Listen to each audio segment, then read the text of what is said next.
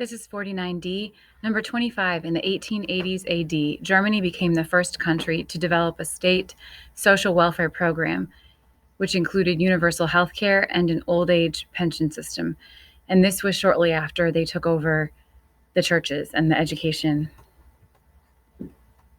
Number 26, Bismarck wanted to prove the benevolence of the German government and to secure the support of the working class. Here is a quote from Bismarck. "The real grievance of the worker is the insecurity of his existence. He is not sure that he will always have work. He is not sure that he will always be healthy, and he foresees that he will one day be old and unfit to work. If he falls into poverty, even if only through a prolonged illness, he is then completely helpless, left to his own devices, and society does not currently recognize any real obligation towards him beyond the usual help for the poor, even if he has been working all the time ever so faithfully and diligently. The usual help for the poor, however, leaves a lot to be desired, especially in large cities, where it is very much worse than in the country." And now we will talk about the women's rights movement. Number 1, many women believed the values of the Enlightenment, equality, liberty, and democracy should apply to men and women. Number 2, the feminist movements demanding women's rights emerged in France, Britain, and the US, and these challenged political and gender hierarchies. Number 3, in 1792 AD, Mary Wollstonecraft, an English author, wrote A Vindication of the Rights of Women. There's a painting of her. Wollstonecraft argued that women appear inferior to men because of a lack of education, so that education is the great equalizer. Make women rational creatures and free citizens, and they will quickly become good wives. That is, if men do not neglect the duties of husbands and fathers.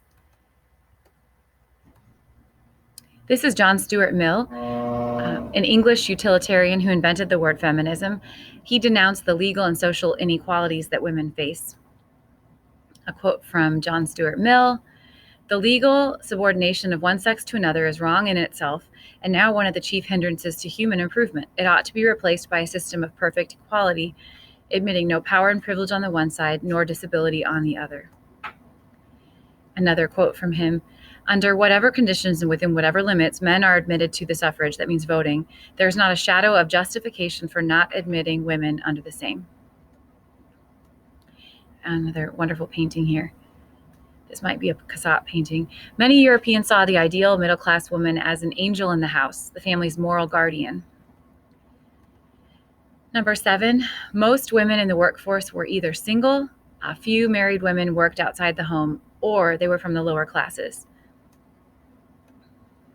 Number 8, in 1848 AD, the Women's Rights Convention in Seneca Falls, New York, demanded voting rights.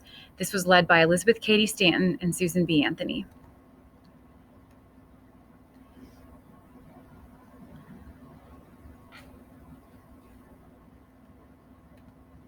Number 9, Stanton wrote the Declaration of Sentiments, which was modeled after the Declaration of Independence, and she stated that all men and women are created equal.